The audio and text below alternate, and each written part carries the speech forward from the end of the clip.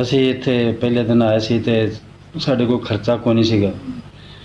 ਅਸੀਂ ਨਾ ਸਟੂਲਾ ਬਣਵਾਇਆ, 2 ਵਾਰੀ ਡਾਇਲਸ ਕਰਵਾਇਆ ਨੇ, ਉਹਨਾਂ ਦਾ 20,000 ਰੁਪਇਆ ਖਰਚਾ ਹੈ ਜਿਹੜਾ ਤੁਸੀਂ ਦਿੱਤਾ ਹੈ।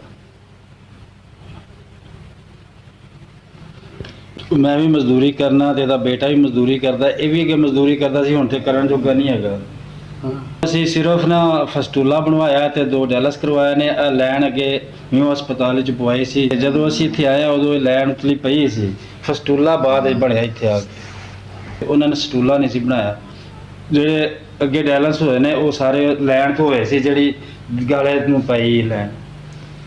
ਅਸੀਂ ਇਹਦੇ ਲੈਣ ਖਰਾਬ ਹੋ ਗਈ ਸੀ ਤੇ ਅਸੀਂ ਇਤਨਾ ਦੁਬਾਰਾ ਲੈ ਕੇ ਆਏ ਤੇ ਲੈਣ ਉਹ ਖਰਾਬ ਹੋ ਗਈ, ਇਹਨਾਂ ਨੇ ਕੱਢ ਦਿੱਤੀ। ਹੁਣ ਦੁਬਾਰਾ ਪਾਣੀ ਪੈਣੀ, ਲੈਣ 'ਚ ਖੂਨ ਆਉਣ ਲੱਗ ਪਿਆ ਸੀ।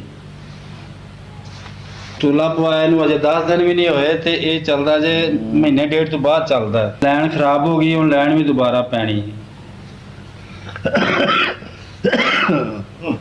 ਫਸਟੂਲਾ ਨਹੀਂ ਚੱਲਿਆ ਤੇ ਲੈਣ ਖਰਾਬ ਹੋ ਗਈ ਹੈ। ਮਜ਼ਦੂਰੀ ਕਰਨੇ ਆ, ਸਾਡੇ ਕੋਲ ਤਾਂ ਕੋਈ ਸ਼ੈ ਨਹੀਂ, ਤੇ ਹੁਣ ਵੀ ਮਿਹਨਤ ਕਰਨੇ ਆ। ਪਹਿਲਾ ਡਾਇਲਸ ਇਸ ਹਸਪਤਾਲ 'ਚ 18 ਤਰੀਕ ਨੂੰ ਹੋਇਆ ਸੀ। ਇਸ ਮਹੀਨੇ ਦਾ 12 ਦਿਨ ਇਹਦੇ ਤੇ ਅਗਲੇ ਮਹੀਨੇ ਦੇ 30 ਦਿਨ, ਇਹ ਪਾ ਕੇ 40,000 ਰੁਪਇਆ ਖਰਚਾ ਬਣਦਾ ਡਾਇਲਸ ਦਾ। ਡਾਕਟਰਾਂ ਨੇ ਕਿਹਾ 10,000 ਰੁਪਇਆ ਹੁਣ ਫੇਰ ਲੱਗੇਗਾ, ਜਿਹੜੀ ਲੈਣ ਪਾਣੀ ਜਿਹੜੀ ਨਿਕਲ ਗਈ ਹੈ ਤੇ ਉਹ ਲੈਣ ਪਾਉਣ ਵਾਸਤੇ। 6 7 8 9 ਤੇ 10, ਹਾਂਜੀ 50,000 ਰੁਪਇਆ।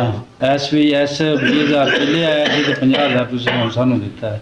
ਬੜੀ ਬੜੀ ਮਿਹਰਬਾਨੀ, ਅੱਲਾ ਤੁਹਾਡਾ ਭਲਾ ਕਰੇ। ਤੁਹਾਡੇ ਨੂੰ ਸਾਨੂੰ 70,000 ਦੀ ਮਦਦ ਮਿਲੀ ਹੈ। 10,000 ਦੀ ਲੈਣ ਪਵਾਉਣੀ ਹੈ ਤੇ 40,000 ਡਾਇਲਸਿਸ ਦਾ ਜਮ੍ਹਾਂ ਕਰਾਉਣਾ ਹੈ। ਉਹ ਪੈਸੇ ਅਦਾ ਹੋ ਚੁੱਕੇ ਨੇ। ਅਸੀਂ ਡਾਇਲਸ ਇੱਥੋਂ ਆ ਕੇ ਕਰਵਾਉਂਦੇ ਰਵਾਂਗੇ।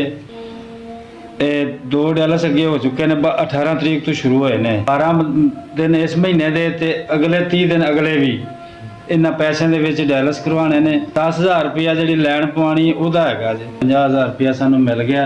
ਉਮੀਦ ਹੀ ਕੋਈ ਨਹੀਂ ਸੀਗੀ ਵੀ ਸਾਡੀ ਕੋਈ ਮਦਦ ਕਰੇਗਾ, ਪਰ ਤੁਹਾਡਾ ਭਲਾ ਹੋਵੇ, ਬਹੁਤ ਮਦਦ ਕੀਤੀ ਜੀ। ਗਰੀਬ ਬੰਦੇ ਦੀ ਮਦਦ ਕਰਨ ਦਾ ਭਲਾ ਹੋਵੇ। ਤੇਰੇ ਘੱਲੇ ਹੋਏ ਪੈਸੇ ਸਾਡੇ ਕੋਲ ਆ ਗਏ ਨੇ, ਸਾਨੂੰ ਮਿਲ ਗਏ ਨੇ।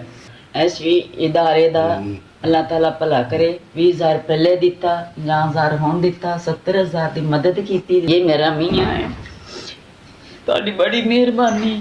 ਤੁਸੀਂ ਸਾਡੀ ਹੈਲਪ ਕੀਤੀ ਹੈ, ਪਹਿਲੇ ਵੀ 20,000 ਦੀ ਕੀਤੀ, ਹੁਣ ਵੀ ਤੁਸੀਂ ਸਾਡੀ ਮਦਦ ਕੀਤੀ ਹੈ। ਅੱਲਾਹ ਤੁਹਾਡੀ ਮਦਦ ਕਰੇ, ਅੱਲਾਹ ਤੁਹਾਨੂੰ ਬਹੁਤਾ ਦੇਵੇ।